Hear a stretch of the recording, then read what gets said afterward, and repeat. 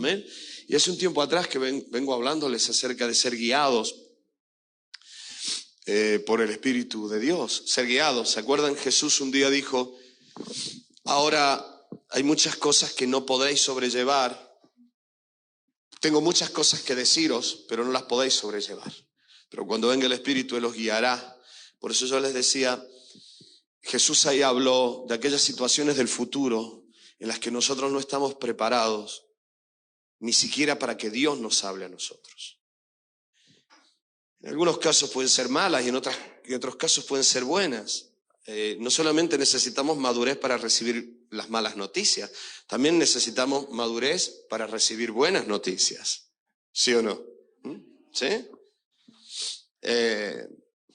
A veces cuando los niños pequeños le hacen una broma y le preguntan, ¿tú te vas a casar con ella? Y los niños dicen, no. Claro, hasta que la niña crece. Cuando la niña crece, y a veces la niña y ahí están, pero al principio no tenían la madurez ni psicológica, ni física, ni emocional para pensar en un matrimonio, porque son niños. Bueno, lo mismo pasa en nuestra vida, aún aquellas cosas que pueden ser muy agradables y pueden ser parte de nuestras vidas. Tal vez nosotros no tenemos la capacidad hoy para poder ni siquiera hablar de ellos. Yo hace un tiempo atrás, ¿se acuerdan? Les predicaba sobre esto y les decía, otro de los temas en los cuales nosotros en muchos casos no tenemos todavía la capacidad para hablar de ello, es de nuestra propia muerte. No hablamos de nuestra muerte. Hace un tiempo atrás a alguien le dijeron más o menos por un diagnóstico, le dijeron a la persona familiar, le dijeron, mira, esta situación puede estar entre 5 meses de vida y 3 años de vida. Y entonces yo le decía a esta persona, ¿y en qué cambió la cosa? En que ahora sabemos la fecha. Porque ¿cuántos de ustedes saben cuánto tiempo de vida nos queda? Ninguno. Porque no hablamos de esto. Porque no tenemos a veces ni siquiera la madurez para hablar de este tema. Jesús dijo, hay cosas que no estáis preparados ni siquiera para hablarlos, pero cuando venga el Espíritu Santo, Él los guiará. Por eso necesitamos hoy ser guiados por Dios, para ir creciendo, porque si tú eres guiado hoy en el camino correcto, cuando en este camino lleguen las situaciones difíciles o las situaciones maravillosas, pero que todavía no las puedes sobrellevar, si eres guiado hoy, cuando llegue ese momento, también serás guiado en ese punto y también serás guiado en ese momento. Amén. Necesitamos que Dios nos guíe. El otro día yo les decía, ¿qué pasa cuando las situaciones no cambian? Cuando estás en lo imposible, ¿cómo reaccionas? ¿Cuál es la reacción de una persona ante situaciones que nunca cambiarán? Lo primero que hacemos es negarlo. Y decimos, no, sí cambiará, sí cambiará. Miren, en muchos casos el mundo evangélico no se mueve por fe. Le hemos llamado fe en muchos casos a algo que se llama negación. Entonces decimos, no, eso nunca va a suceder porque no, son tus ganas. ¿Dios te habló? Porque la fe viene por oír la palabra. Cuando Dios te habla, entonces sabes que Dios lo hará y no sucederá. Pero a veces nosotros nos movemos negando y el primer punto es negar que las cosas nunca cambiarán. Y a veces nos vamos a encontrar con situaciones que no van a cambiar. Yo te decía hace un tiempo atrás, Elías profetizó una sequía. Y él no dijo, declaro que va a cambiar. Declara todo lo que quiera. Pero Dios había mandado esa sequía. Jesús iba directo a la cruz. Y Jesús podría haber dicho, yo declaro que no hay cruz. Gracias a Dios, Jesús era perfectamente maduro en estas cosas. Y él dijo, Padre, si es posible, pasa de mí esta copa, pero no sea mi voluntad, sino la tuya. Y él dijo, la copa que mi Padre me ha dado para tomar, ¿no la voy a tomar? Y voy hacia adelante.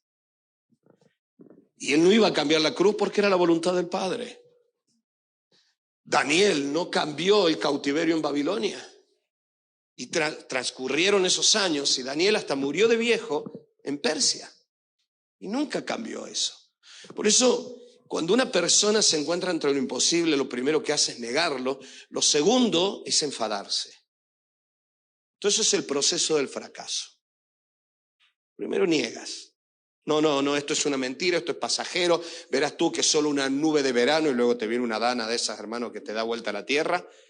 Es una nube de verano, esto pasará, no pasa nada. Y luego te das cuenta que si pasa y no pasará el tiempo y las cosas suceden. Entonces te enfadas.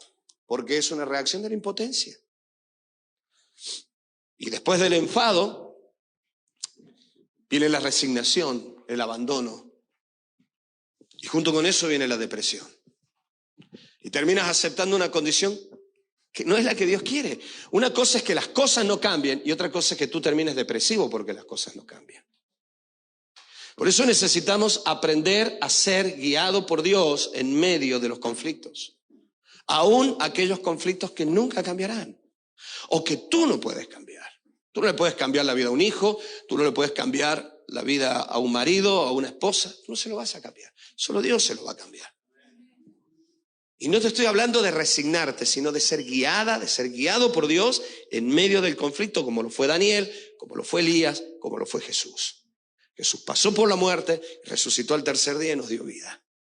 Entonces Dios siempre tiene un plan, un propósito, un camino. Y hay algo que es muy importante entender, hermanos. Y es el sentido de la vida.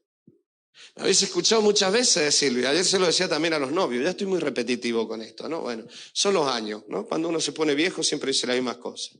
No es una gracia, no. Es un problema. Toña, a mí no me pasan los años me atropellan, que eso es diferente. Me pasan por arriba atropellándome, bueno. Ayer yo le decía a los chicos, y algo que me has escuchado decir aquí muchas veces, lo que da realmente satisfacción al ser humano es que la vida tenga sentido. Mira, tú no pienses que el dinero te va a dar satisfacción plena. Alguna satisfacción sí es cierto que nos da, pero no es la verdadera satisfacción. La verdadera satisfacción no está ni siquiera en el éxito. Mira, si realmente la felicidad te la diera el dinero o el éxito, los ricos, famosos, nunca se suicidarían ni consumirían drogas. ¿Por qué esta gente más de una vez se quita la vida o consume droga? Porque la verdadera satisfacción no está en eso. La verdadera satisfacción está en que tu vida tenga un sentido claro. ¿Cuál es la razón de mi existencia? ¿Cuál es la razón de mi vida?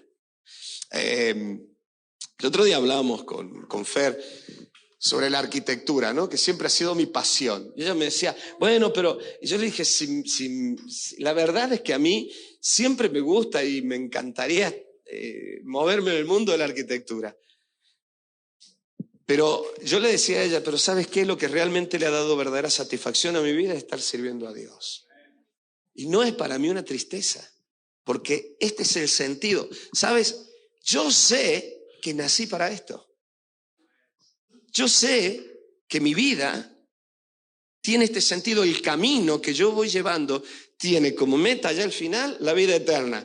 Y todos los demás pueblecitos, por los que no me va a meter Google, porque en estos me mete Dios, todos los demás pueblecitos, por donde pase a lo largo de la vida, aún en sufrimientos, aún en tristezas, aún en renuncias, tienen sentido, porque todos me llevan hacia la misma dirección. Si no, llegará un momento en el cual no tendría satisfacción. Por eso necesitamos ser guiados por Dios. Siempre pídanle a Dios esto: Señor, guíame, encamíname, muéstrame el camino, guíame por la senda. Amén. Enséñame a hacer tu voluntad. Esto es algo maravilloso. Y sobre todo, hermanos, necesitamos tener una comunión profunda con el Espíritu Santo. Creo en el Padre, creo en el Hijo y creo en el Espíritu Santo. Y creo que el Espíritu Santo es quien nos guía. Es Dios en nosotros. Y no tenemos que descuidar esto. Culturalmente tú puedes ser un poco menos expresivo que otras culturas. Lo sé, pero necesitamos ser guiados por el Espíritu Santo. Más allá de nuestras expresiones. Ahora, necesitamos ser guiados y muchas veces en el aspecto de casi como advertidos. ¿Sí? Dice el proverbio, el hombre avivado, el espabilado, el avisado, dicen en Reina Valera, ¿vale? El avisado. Dice, ve el peligro, el avisado ve el peligro y se esconde. El simple cae en él. Yo quiero ser de aquellos que han sido avisados y que Dios me dice, viene esta situación. Mira, nosotros muchas veces oramos para que se resuelvan las necesidades. ¿Sí? Te lo ejemplifico. Cuando mi hija mayor, Ana Laura, tenía creo que 7 años, 6 años, bueno, si ella escucha la prédica, enseguida me mandó un WhatsApp corrigiéndome. Me acuerdo cuando ella tenía 6 o 7 años, vivía en un piso y estaba desde el balcón viéndola con sus patines, lanzándose por una cuesta de entrada de coche a toda velocidad, ¿no? Con las trenzas al viento y el flequillo partido en dos, así, ¡fum! Con patines de línea, ¿no? ¡Fum! ¡Fum! Y yo recuerdo le dije, Ana, por favor, sube ya, que es tarde y te va a pegar un leñazo. Y me dijo, papá, no, una vez más. Ana sube, otra vez más. A la segunda o a la primera, escuché el grito. Yo dije, se pegó el leñazo, ¿verdad? Se pegó el leñazo, llegué y se había partido el brazo. ¿Por qué no subiste antes, hija? Si yo te lo avisé. Ahora bien, ella después estaba orando, Señor, sáname el brazo. Fuimos al hospital y le tuvieron que enyesar el brazo. Entonces ahí trabajamos sobre la necesidad. ¿Me entiendes esto? Ahora necesitábamos solucionar la necesidad. Orábamos para solucionar la necesidad. Que si hubiéramos hecho caso a la advertencia, nunca hubiéramos orado por la necesidad. Por eso nosotros tenemos que, cuando oramos por necesidades, muchas veces estas necesidades vienen en formas imprevistas, nunca pudimos advertirlas. No pasa nada, todos oramos por necesidades. Pero muchas de estas necesidades probablemente no estarían si fuéramos guiados. Porque sabríamos dónde están las piedras en el río y no nos caeríamos al agua. ¿No entiendes esto? Señor, sécame. Bueno, si hubieras orado para que yo te guiara, te hubiera dicho dónde están las piedras. Pero como venías corriendo, te caíste al agua. Ahora oramos para que Dios te seque. Pero si hubieras sido guiado, hubieras pasado en seco. Muchas veces oramos por la necesidad, pero cuando viene la necesidad es porque ya está el problema. Se entiende lo que estoy diciendo, ¿verdad? Por eso siempre pídanle a Dios, Señor, guíame. Esto no quiere decir que vamos a tener necesidades, claro que las vamos a tener. Pero muchas de ellas tal vez desaparezcan antes de que lleguen porque Dios nos guió. Porque Dios nos guió en una respuesta. O nos guió a callarnos. Tal vez mañana estamos orando por una gran necesidad, un problema grave en la familia. Pero si hubiera sido guiado o guiada, tal vez el Espíritu Santo te hubiera dicho esta mañana, no contestes, no respondas, sé humilde. Y cuando comienza la discusión y tu marido, bueno, hoy son la mayoría mujeres, así que hombres, para que no me peguen una paliza, los voy a usar a los hombres como los malos de la película, ¿verdad? Entonces tu marido te da la lata y te agobia, te amarga la vida, pero el Espíritu Santo esta mañana te dijo, no contestes. Entonces viene tu marido y empieza, no, ¿por qué esto, por aquello? Porque la culpa es tuya. Entonces el Espíritu Santo te dice, yo te dije esta mañana, no contestes. Se te calla la boca. El fuego se calmó a la noche. ¿Cómo hacen todas las mujeres, no? Cuando te pillan siempre descuidado, pues qué capacidad de memoria emocional tienen las mujeres, ¿no? Pero bueno, que Dios las bendiga y se los conserve siempre. Pero el asunto es cuando llega más tarde te dice, ¿te acuerdas cuando? Bueno, él ya está calmado, ya le echaste un cubo de agua fría, él está calmado, lo pillaste sin armas, sin casco, sin escudo, sin nada, y ahí le echa la red encima y lo envuelves bien, ¿no? Y entonces, pero no hubo pelea, no hubo discusión. Ahora, tú no ores ni seas guiada por el Espíritu Santo y mañana va a pedir aquí, me va a venir a decir, pastor, ora porque mi casa es un caos, hemos peleado con mi marido, nos hemos tirado toda la cabeza. Cuando está la necesidad, suele ser, no digo que sea siempre, suele ser que no hubo una buena dirección. Por eso necesitamos ser dirigidos por el Espíritu Santo. Amén. Ser guiados, ser fortalecidos por el Espíritu. ¿Lo sabías a esto? Es algo maravilloso, el Espíritu Santo nos fortalece. En temas arquitectónicos constructivos,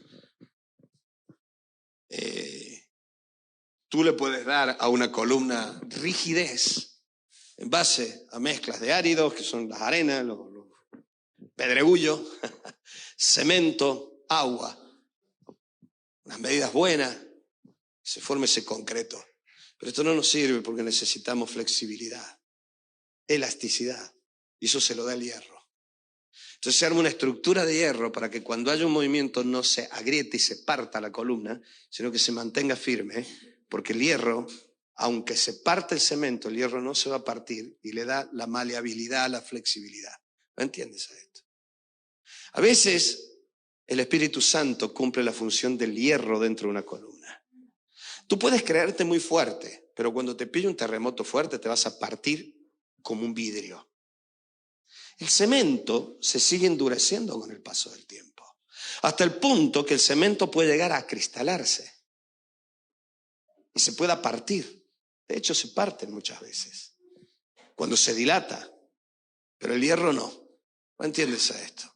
Nosotros con el paso del tiempo, hermano, nos vamos poniendo más duros, en los músculos, en todo, ¿no? En los huesos, en las articulaciones, pero también nos vamos poniendo duros en un montón de costumbres, de formas. Pero necesitamos que el Espíritu Santo nos fortalezca. El apóstol Pablo decía, Efesios 3:14, por esta causa doblo mis rodillas al Padre nuestro Señor Jesucristo, de quien toma nombre toda familia en los cielos y en la tierra, para que os dé, conforme a las riquezas de su gloria, el ser fortalecidos con poder en el hombre interior por su Espíritu. Que Dios te fortalezca interiormente, no económicamente, no físicamente. Tú puedes estar muy fuerte físicamente, en el momento en que estás débil en el alma se va a venir todo abajo. ¿Sí o no? Esta broma que le decía recién a Tony, ¿no? Los años no me pasan, me atropellan. Es una broma que siempre la hago sobre mí, obviamente, ¿no? No lo voy a hacer sobre alguien, ¿no? Porque yo conozco gente mala que ha dicho eso, oye, a ti no te han pasado los años, te han atropellado, ¿eh? Uf, tú dices, madre mía, te dicen eso y te dejan hecho polvo. Pero entre nosotros, no me digas sí porque alguno se va a ofender. Dime, ¿cuántas veces te has encontrado con gente así? Que tú dices, Dios mío, a este no le han pasado los años, lo han atropellado. Y tú ves que hasta físicamente está tan desmejorada, tan desmejorado. Cuando escarbas un poquito te das cuenta que no es un problema de salud física, es un problema de salud emocional y de salud mental. Y te das cuenta que tiene que ver con el alma. Sin embargo, ves a otra persona que está bien, lleva su matrimonio bien, lleva su familia bien, y le ves y parece que se le han quitado los años y se va rejuveneciendo. Pablo decía, yo le pido a Dios que sean fortalecidos interiormente, en el alma. ¿Sabes que la mayor parte de los enfermos en España y en Europa tienen que ver con enfermedades mentales? Tienen que ver con enfermedades emocionales y con la psicosomatización de un montón de enfermedades. Esto es una realidad. Esto es una realidad. Yo que estoy siempre haciendo memes, infusiones y todo lo demás, no voy a decir a quién, ni qué pasó, pero alguien me dijo, oye, ¿qué me puedo tomar para esto? ¿No? Está todo agobiado. Y le dije, mira, sí, tómate una infusión de esto. Y luego dije, Dios mío, no era para eso. No es que lo voy a matar, era como decir, tómate una tila o tómate una manzanilla. Y le pregunté cómo te fue. Excelente. Lo apunté y dije, para el dolor de cabeza, no. Sí. Algo así como que yo te digo, mira, tómate una manzanilla, ¿no? Y tú dices, no, pero la manzanilla era para la barriga. ¿No? Pero estaba bien. Y estaba bien simplemente porque antes estaba mal, porque en su cabeza estaba mal. Fue solo pensar, me voy a poner bien y se puso bien, porque el problema no era físico, era un problema emocional. Era un problema del alma. Era un problema del corazón, era un problema de los pensamientos. ¿Sí o no? Javier un día me dijo, yo tenía un dolor terrible con los músculos de la espalda y le dije, Javier, no puedo más. Él es farmacéutico, ¿vale? No es curandero. Él es farmacéutico, él sabe, él es profesional. Y entonces Javier me dice, bueno, Dani, en primer lugar, los nervios te están diciendo, Dani, no pienses más. Los nervios te están diciendo, estás muy estresado, tu cabeza no para, piensa en tu espalda, porque si sigues por ahí te va a parar el corazón en cualquier momento. Necesitamos ser fortalecidos en el alma. Esto es una obra maravillosa del Espíritu Santo. La religión externa genera fanáticos. La religión externa genera fanáticos. Yo hago esto, yo hago esto, yo hago esto, yo hago aquello, no hago esto otro, me muevo así, tú tienes que hacer esto. No miro el alma, solo miro lo externo. Me vuelvo en un fanático, legalista, fariseo. Pero la relación con el Espíritu Santo te fortalece el alma.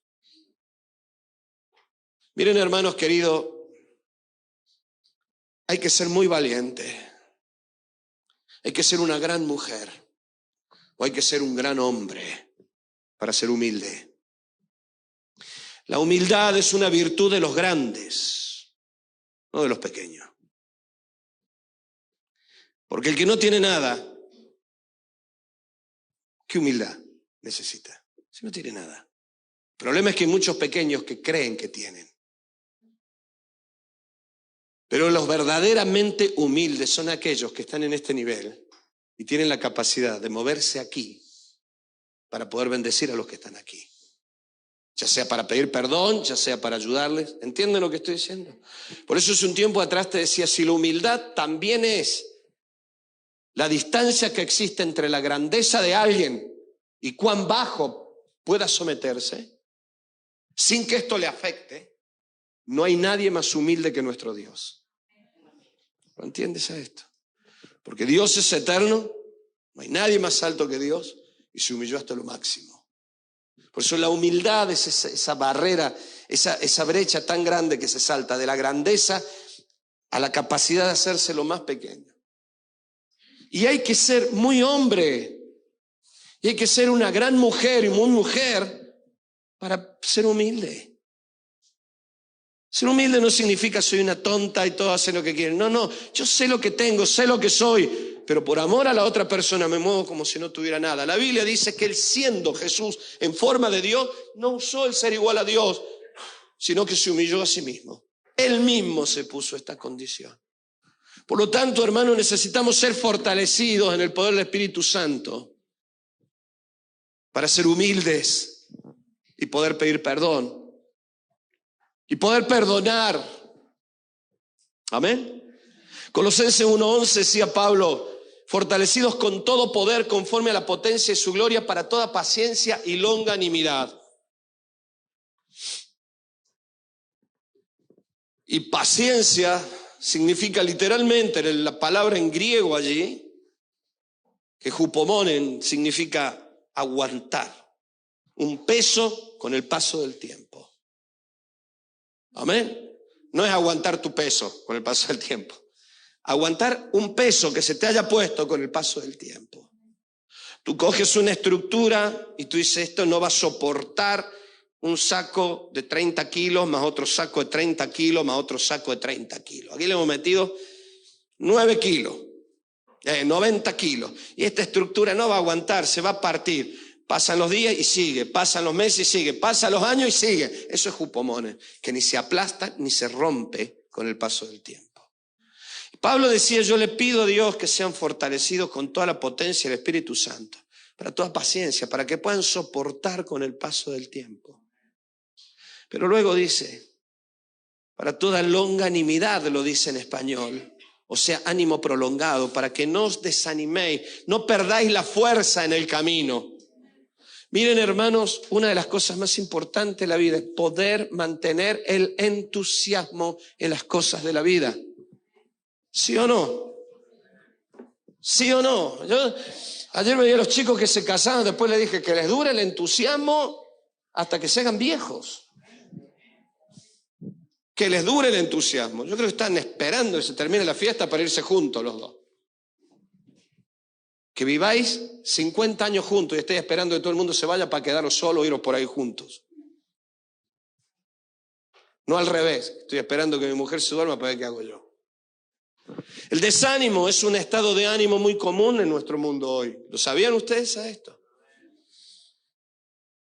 El desánimo es el momento anterior a la depresión. ¿Saben cuál es la diferencia entre el desánimo y la depresión? La depresión es un desánimo que se prolonga en el tiempo. El desánimo puede ser puntual, momentáneo, por un fracaso, por algo que te salió mal. Tú dices, no lo voy a volver a intentar. Si dentro de 5 años sigues pensando, yo no valgo para esto, no lo voy a volver a intentar, estás en un proceso depresivo. El problema de la sociedad hoy es el desánimo, la falta de entusiasmo, la falta de perspectiva. Los jóvenes viven desanimados porque no tienen perspectivas laborales ni sociales. La sociedad en la que vivimos tiene una capacidad muy grande para desanimarnos. Nosotros vivimos bajo este contexto y bajo esta condición. El desánimo es la pérdida del deseo de seguir adelante con algo por pensar que no vale la pena o porque consideras que es imposible. ¿Para qué voy a seguir con esto? ¿Para qué seguir jugando? Hay un equipo en España que es el Alcoyano y hay un dicho famoso, ¿no?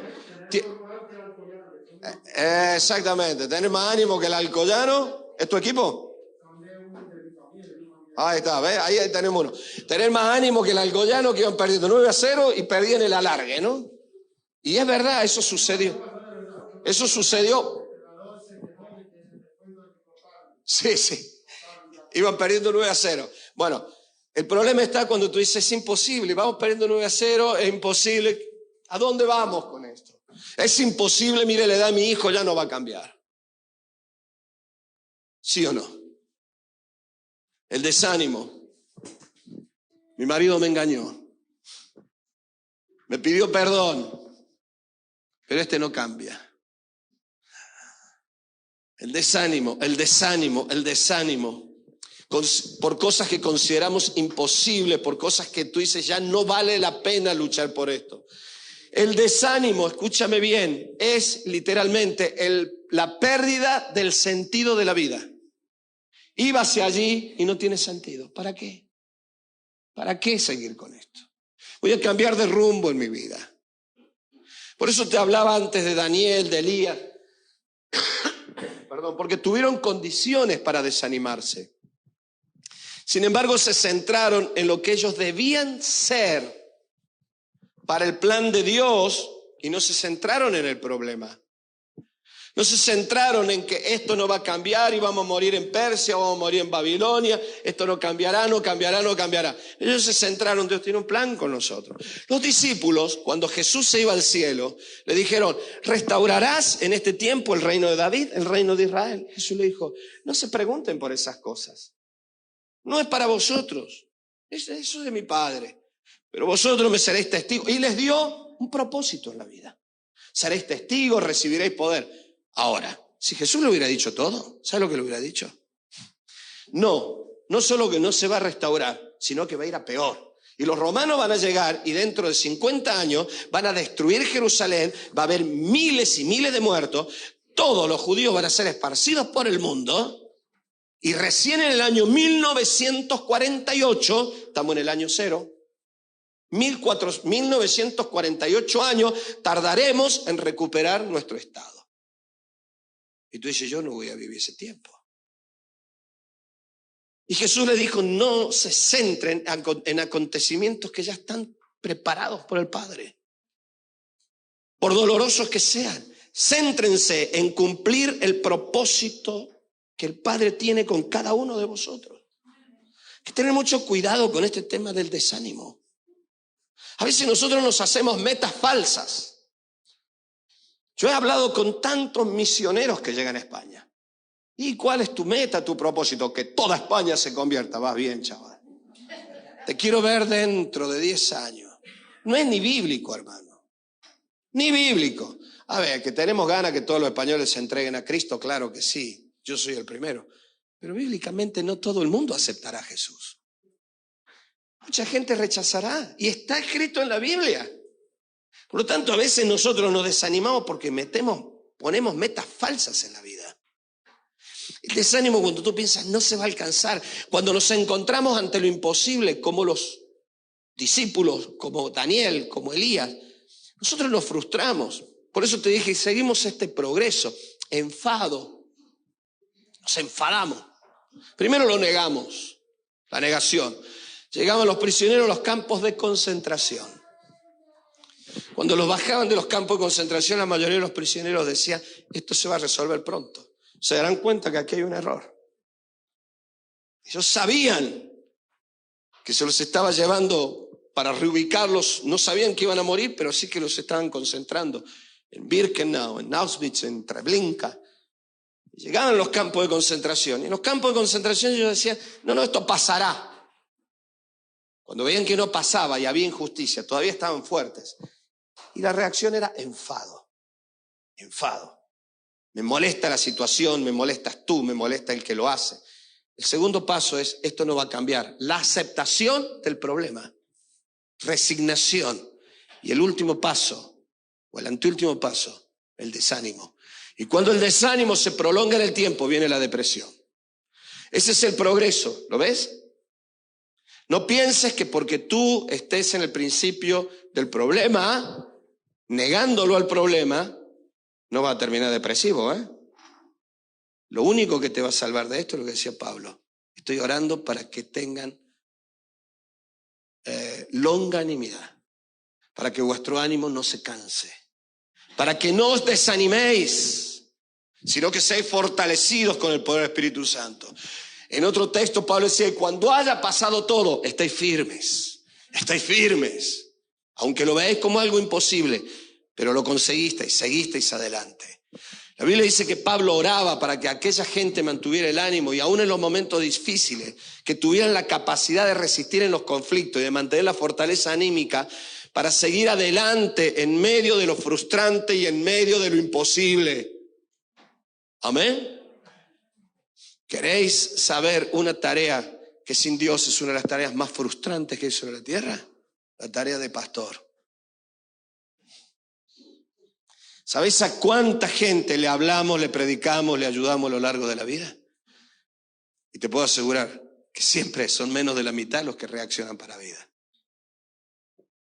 En algunos lugares del mundo, cuando vas a hacer un seguro médico, si eres pastor te cobran más, porque tienes más riesgo cardíaco y mental que otra persona.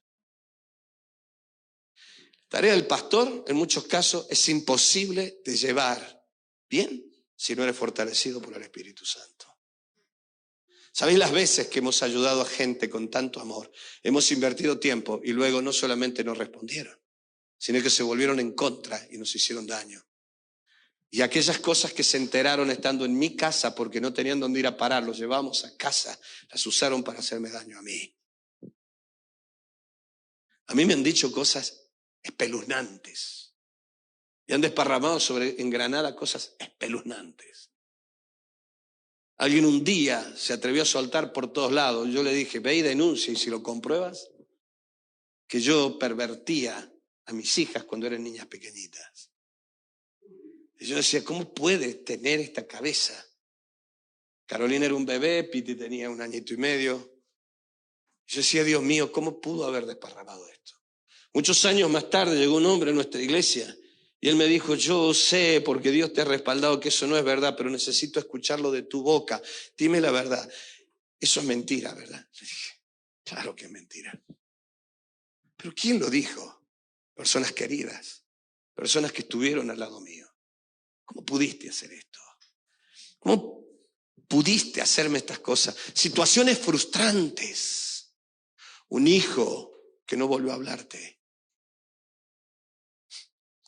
Hijito, si yo te acomodaba el flequillito y te llevaba una infusión caliente los días que estaba enfermito y te atendía en la cama y me quedaba despierta toda la noche pensando en ti y ahora tú me estás diciendo, mamá, ni me hables.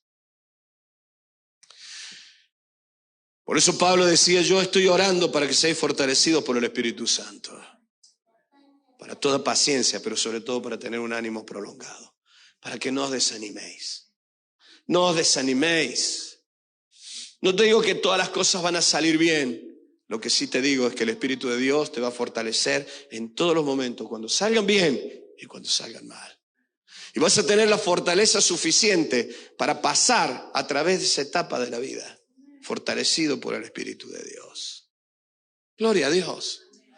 El Espíritu Santo nos aporta algo precioso que lo hablábamos ayer, creo que con Javier y con Henry. ¿Sabes qué es? La paternidad de Dios. La paternidad de Dios. Cuando yo leo los últimos capítulos de Isaías, hay personajes, grupos sociales que yo no sé exactamente quiénes son.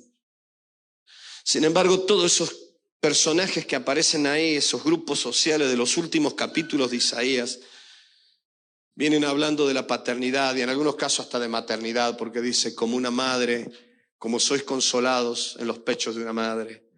Por eso cuando hablamos de la paternidad de Dios es algo perfecto, donde se incluye el aspecto materno y el aspecto paterno.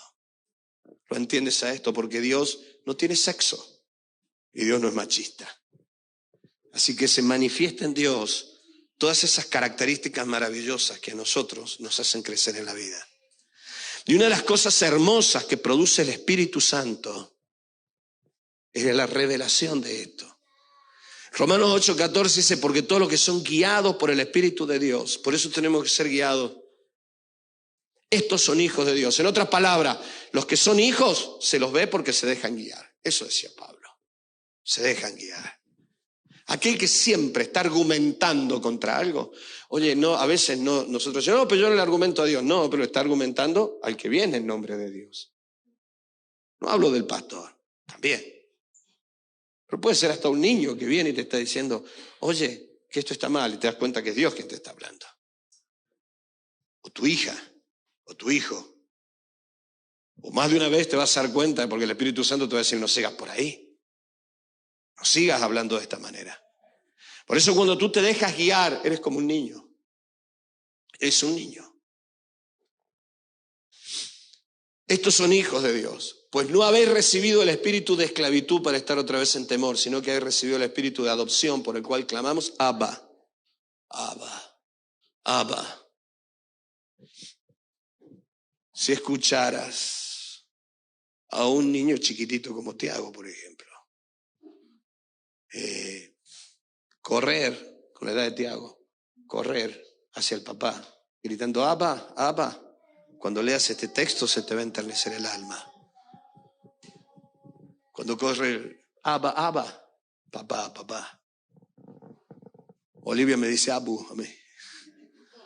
Abu.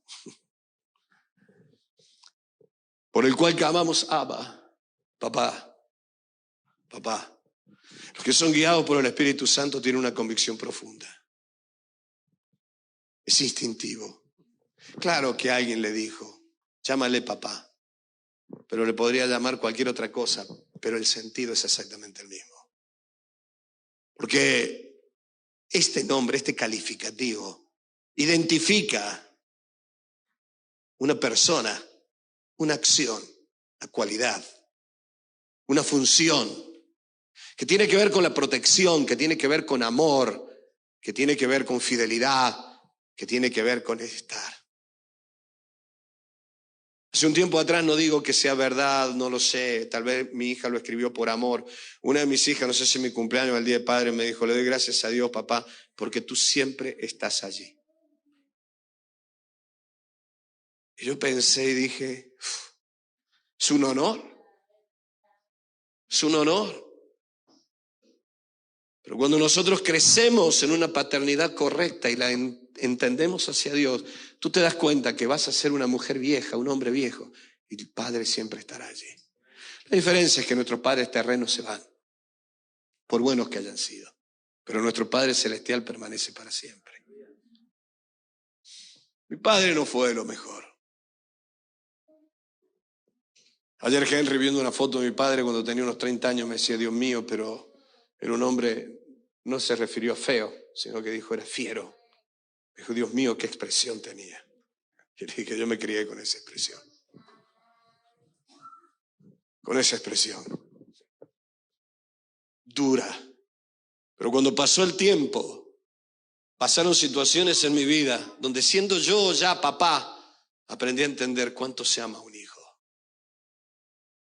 Y un día Dios me mostró que así como yo amaba a mis hijas y sufría por ellas y las esperaba siempre, Él me amaba, sufrió por mí y me seguirá esperando siempre. Yo dije, Dios mío, no hay mayor amor que el amor paternal perfecto, donde se incluye lo materno y paterno. Perfecto. Esto es algo maravilloso. Y el Espíritu mismo da testimonio a nuestro espíritu que somos hijos de Dios. ¿Sabes? Esto sí tiene que ver con la masculinidad, con el hombre. La paternidad, la imagen de papá, de un hombre. Tal vez por eso habla mucho la Biblia de lo paterno, más que de lo materno en este caso. Pero aquí habla de paterno. Aporta. Esto es psicopedagogía, psicología infantil, psiquiatría. Cualquiera que estudiara estas cosas lo sabe perfectamente. Esto no tiene nada que ver ni con modernismo, ni con políticas, ni con nada. Lo cierto es que la imagen de un papá bueno, de un padre bueno, de un hombre bueno desde chiquitito, escucha, ¿sabes qué? Te aporta seguridad en primer lugar. Aporta a la persona autoestima. Aporta confianza. Yo no sé si he sido un buen padre, pero a veces yo veo la confianza que tiene mi hija y la seguridad que tiene. Yo digo, estas se han pasado de raya porque hacen cosas como que nunca le van a salir mal, ¿no? Digo, creo que... ¿Sabes qué? Los niños que se crían con un buen papá aprenden a hablar antes y aprenden a hablar mejor. Tienen mayor capacidad para aprender el lenguaje y manejar el lenguaje. Cuando el papá pasa tiempo. Hay un problema en nuestra cultura o en las culturas del mundo, que la enculturización de los roles en el pasado llevó a que el hombre se encargara del trabajo, el coche, y como no le queda rato libre, de vez en cuando irse a tomar algo con los amigos al bar o el fútbol. Y la mujer, culturalmente, se encargaba de la casa, la comida y los niños. Y el padre siempre estaba afuera. Y la función del buen papá, no, pero yo traigo dinero para que estudies. No necesito solo estudios, necesito tu imagen. Yo le digo esto, y todos los que escuchen por internet o que estén escuchando esto, que los hombres no se amarguen cuando se quedan en el paro y la mujer se va a trabajar. Porque tal vez es un maravilloso regalo de Dios para vuestros hijos en este tiempo. Porque es el tiempo de estar con papá. Es el tiempo de ayudarle a papá a preparar la comida. Es el tiempo de venir caminando del cole con papá de la mano. Por eso te dije recién, las personas que crecen con un buen papá crecen en seguridad, en autoestima, en confianza, aprenden mejor a hablar. Pero lamentablemente la enculturización de los roles nos llevó a que los padres siempre se ocupen del mantenimiento del coche, del trabajo y de las cosas allá afuera. Por eso cuando los hombres están involucrados en los aspectos de la vida de los hijos, estos niños crecen completos, con todas las características que le aporta mamá y todas las características que le aporta papá. Entonces crecen de una manera completa. No en vano el Espíritu Santo nos revela que Él es nuestro Padre. ¿No entiendes esto? Es maravilloso cuando un hombre dice, mira, vamos a ganar seguramente 200 euros menos, pero voy a cambiar de trabajo para pasar más tiempo en casa. Y yo los aplaudo. Yo los aplaudo. Voy a buscar un trabajo que me dé más tiempo para estar con los niños. Gloria a Dios. Gloria a Dios. Necesitamos el amor y la relación del Padre. Y el Espíritu Santo nos guía a Él. Y los que somos papás sabemos cuánto trabajo nos dan los niños. A veces uno trabaja más en la casa con los niños que fuera, hermano. ¿Sí o no? Y ahí pensamos cómo trabajaban nuestras madres, ¿no? ¿No entiendes a esto? La Biblia habla de que si somos guiados por el Espíritu Santo, somos guiados a la paternidad de Dios. Por lo tanto, somos guiados a la seguridad, a la confianza, a la libertad, al entendimiento de las cosas, al desarrollo seguro en la vida. Si la paternidad humana produce estas cosas, ¿cuánto más produce la paternidad divina? Necesitamos una revelación profunda del Espíritu Santo, que eres hija de Dios, que eres hijo de Dios, y no simplemente un evangélico que va todos los domingos a la iglesia. Y a veces en nuestras inseguridades y debilidades nos vivimos enfadando contra aquellas cosas que son no en la vida. Y a veces el no viene a través de un jefe, a veces viene a través de un familiar, a veces vendrá a través del pastor, a veces vendrá a través de un semáforo. Que tú tienes prisa y se pone el semáforo en rojo. Pero yo quería hacer esto y no puedo. En la vida hay muchos nos. Solo los hombres y las mujeres seguros son aquellos que saben interpretar estas cosas y seguir adelante. Necesitamos una revelación profunda, que somos hijos de Dios. No podemos vivir como cristianos inseguros, rabiosos, enfadados, malhumorados todos los días. Por eso es importante la vida diaria con el Espíritu Santo. Hablábamos el domingo pasado de estar llenos del Espíritu. de hablar con experiencias, de hablar de experiencias que pertenecen, experiencias espirituales que pertenecen al Espíritu Santo. Durante mucho tiempo el mundo pentecostal nos hemos enfocado solo en recibir dones, en recibir las lenguas. Y yo quiero que los dones fluyan y las lenguas fluyan, pero nos hemos enfocado en el fruto, no en la raíz, no en la meta. ¿Lo entiendes a esto, verdad?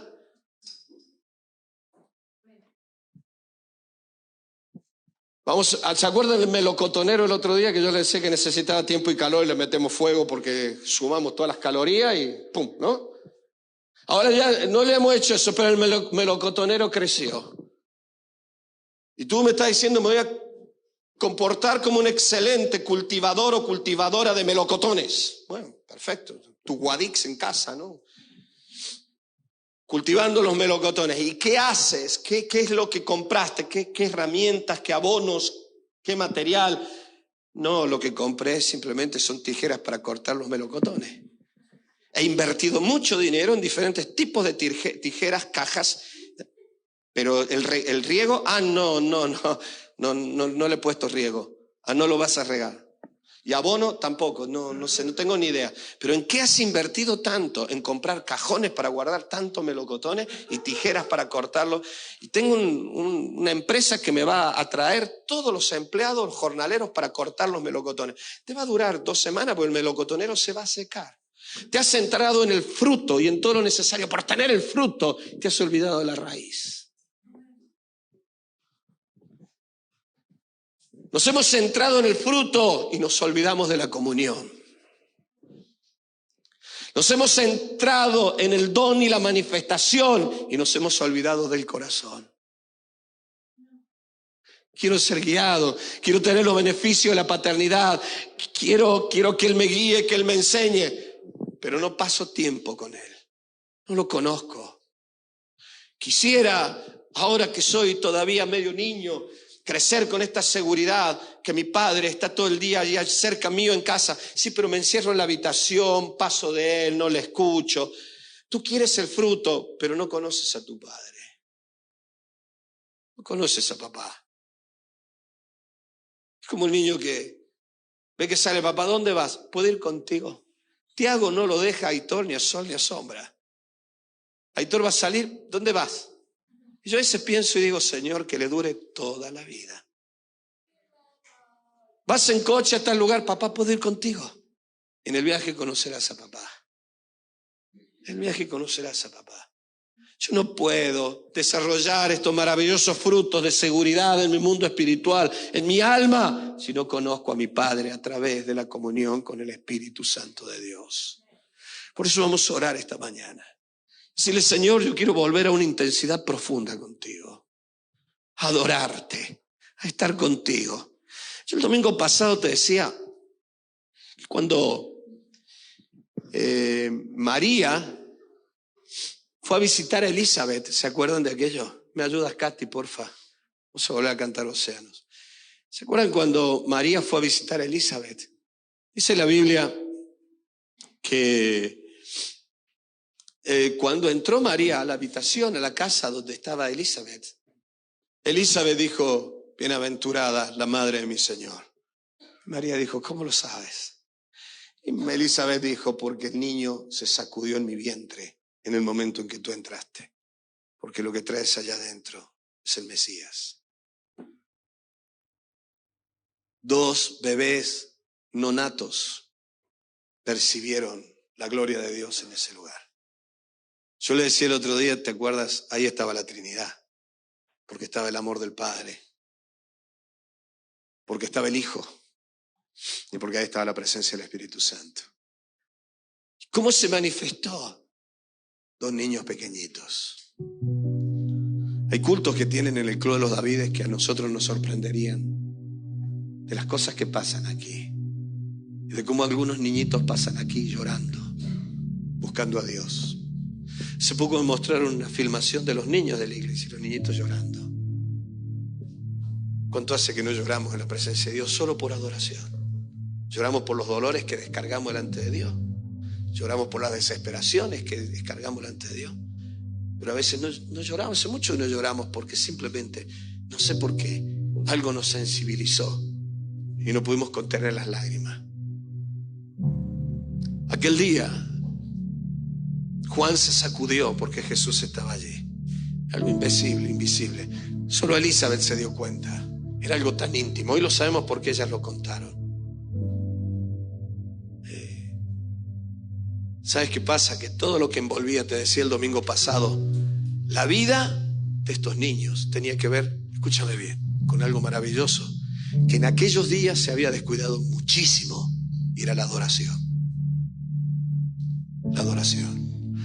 Porque los padres, Zacarías, Elizabeth, María, y aunque José no era padre biológico, eran gente sencilla que adoraban a Dios.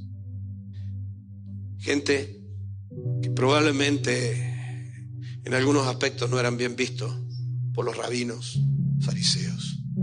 Zacarías pertenecía al grupo de los sacerdotes, de los hombres del templo.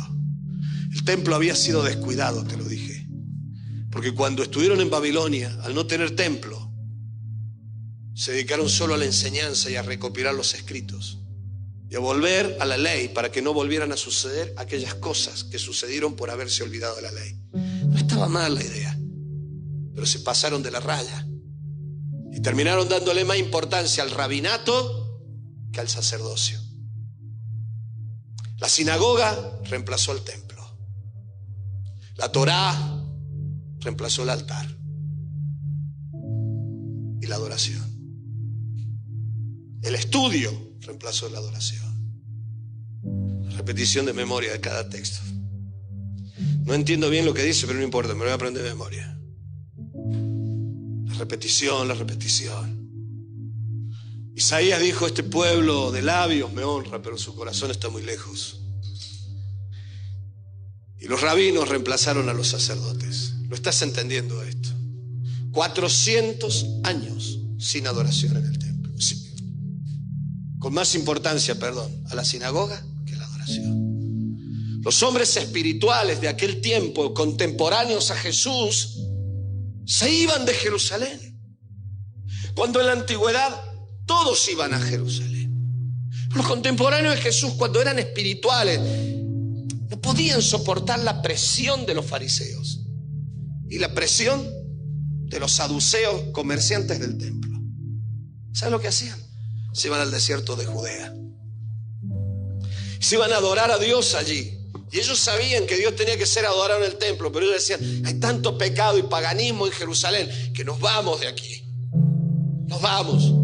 Hoy se encuentran los textos escritos en el Qumran, en toda esa zona del Mar Muerto. ¿Por qué? Porque allí se iban. Se sabe que Juan estuvo entre ellos. Es más, algunos dicen tal vez la razón por la cual Jesús, cuando ayunó, buscó el desierto, no se fue a Jerusalén, se fue al sur. Porque aquellos hombres decían: ¿qué nos vamos a querer en Jerusalén? Si todo es hipocresía, no hay verdadera adoración en el templo. Dios había dicho: traigan animales perfectos para adorar, y mientras se hagan los sacrificios canten alabanza, y el Espíritu Santo se derramaba allí y ellos adoraban a Dios. No habían hecho eso. ¿Saben lo que hacían? Decía: vamos a hacer una cosa, cuando venga alguno de lejos con un cordero, le vamos a decir que es defectuoso, y nosotros le vamos a vender un cordero de mi familia que lo tenemos aquí en los corrales, dentro de los atrios del templo. Y entonces le voy a decir: mira, tráeme un cordero nuevo, pero no voy a volver a mi casa. No, pero aquí los venden, y los venden más caro. Y las ofrendas: sí, pero no te acepto las monedas de Galilea, te acepto solo las monedas de aquí de Judea. Sí, pero no tengo más monedas. Cámbiaselas a mi amigo que está allí también en el templo cambiando monedas, pero me lo cambio mucho más caro. Eso hacían en el templo. Y se había perdido todo esto. Sin embargo, en esos días, Elizabeth se da cuenta que Jesús está allí, porque un niño no nacido se sacude la presencia de Jesús en un lugar que no era el templo, en una casa, ya dando a entender Dios que venía un tiempo donde la verdadera adoración era adoración de corazón, en espíritu y en verdad. Era algo de lo más profundo del alma, y que en cualquier lugar donde alguien se dispusiera para recibir, aceptar, convivir, adorar, tener comunión con el Espíritu de Dios, allí Dios ponía su templo. Y que Dios no habitaba en templos hechos por manos humanas. De hecho, Jesús dijo: no quedará piedra sobre piedra. Dice la Biblia en Mateo 1:19, José su marido, como era justo y no quería difamarla, quiso dejarla secretamente. Pensando él en esto, aquí un ángel del Señor se le apareció en sueños. José, hijo de David, le dijo: no temas recibir a María tu mujer, porque lo que en ella es engendrado el Espíritu Santo es: darás a luz un hijo y le llamarás su nombre Jesús, porque él salvará a su pueblo de sus pecados. Todo esto aconteció para que se cumpliese lo dicho por el Señor por medio del profeta, cuando dijo: he aquí una virgen concebirá y dará a luz un niño, llamará su nombre Emmanuel. Emanu, con nosotros, Dios con nosotros, que traducido es Dios con nosotros. Y despertando José, ¿de qué despertó José? Del sueño.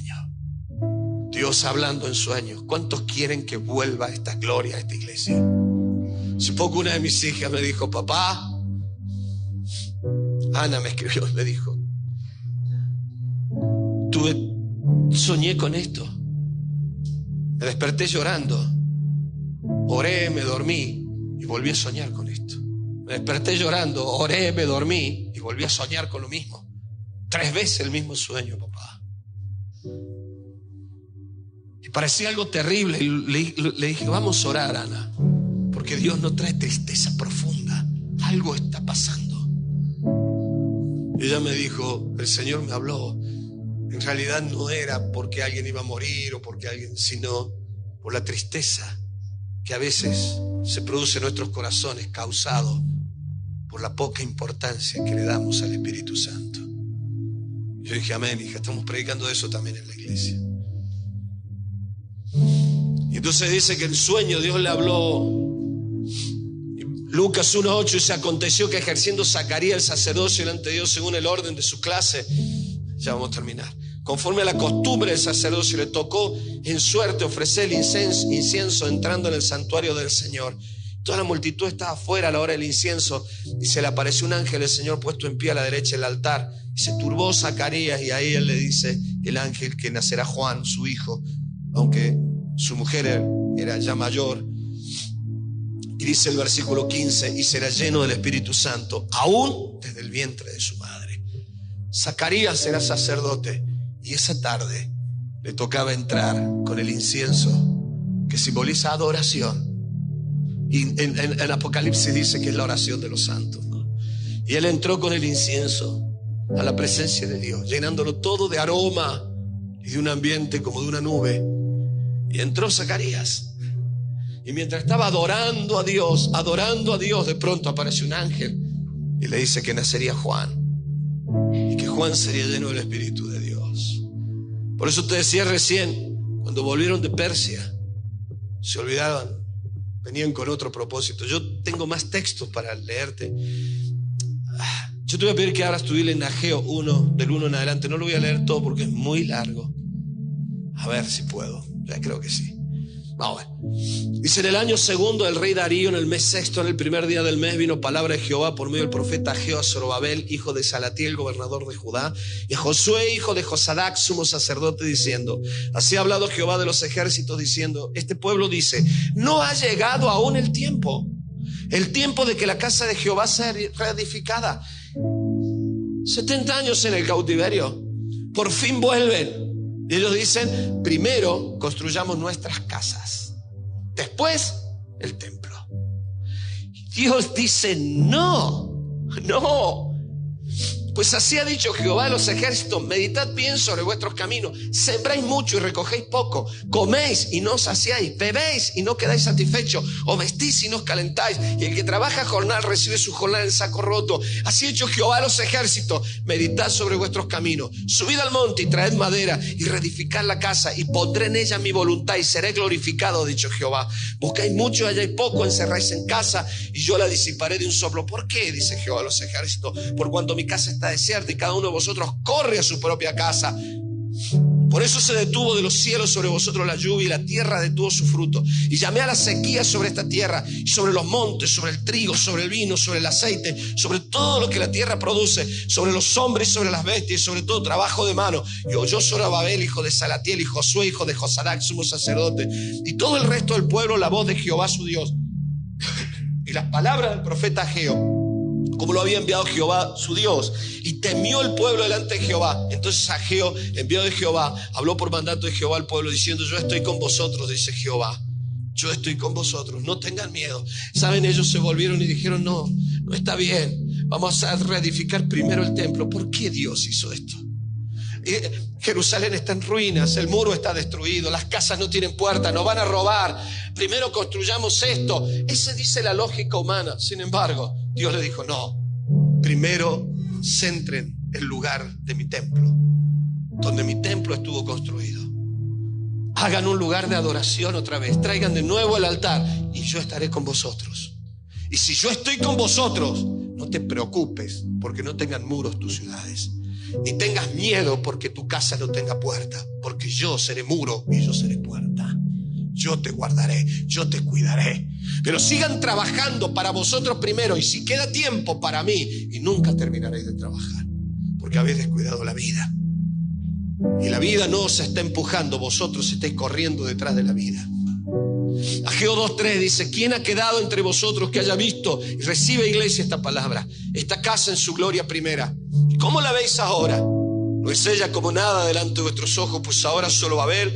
Esfuérzate, dice Jehová, y esfuérzate también, Josué, hijo de Josadac, sumo sacerdote, y cobrad ánimo, no te desanimes. ¿Te acuerdas lo que te dije? Pueblo, toda la tierra, dice Jehová, y trabajad, porque yo estoy con vosotros, dice Jehová de los ejércitos.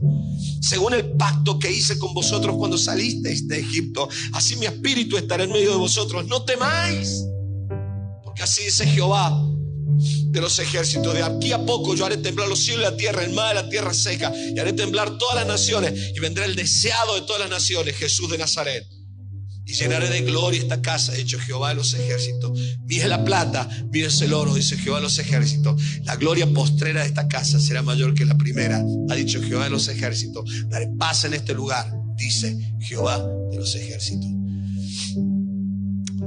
Pablo un día dijo: ¿no sabéis que sois templos del Espíritu de Dios? Pablo decía en Efesios 2:17: y vino y anunció las buenas nuevas de paz a los que estabais lejos y a los que estaban cerca. Chicas, pueden venir, por favor. Porque por medio de él los unos y los otros tenemos entrada por un mismo espíritu al Padre. ¿Me está escuchando? Por un espíritu. Así que ya no soy extranjeros ni advenedizos, sino conciudadanos de los santos y miembros de la familia de Dios, edificados sobre el fundamento de los apóstoles y profetas, siendo la principal piedra del ángulo Jesucristo mismo, en quien todo el edificio bien coordinado y creciendo para ser un templo santo. La iglesia como cuerpo, templo santo en el Señor, en quien vosotros también sois juntamente edificados para morada de Dios en el altar. Aquellos días el pueblo dijo: primero construyamos nuestra ciudad, invirtamos tiempo. Mira, hermano, tengo tanto para decirte, verdad. Dice el Salmo: de más está que nos vayamos tarde a dormir, de más está que madruguemos. Si Jehová no edifica la casa, en vano trabajamos. Voy a hacer esto para que mi familia esté bien, voy a hacer aquello para que mi marido esté bien.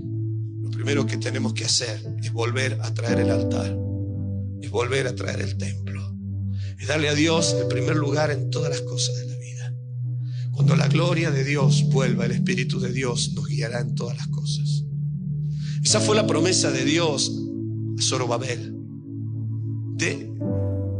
Denle a esto, mi comunión con vosotros, el primer lugar, el primer tiempo.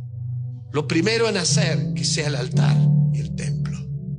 Nosotros somos templo de Dios. La iglesia, como cuerpo, como familia, somos templo. Y en ese templo somos edificados.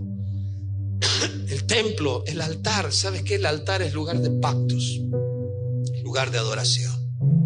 Vamos a volver a esos tiempos. Amén. Necesitamos volver a recuperar el templo. Necesitamos volver a recuperar el altar. Gloria a Dios.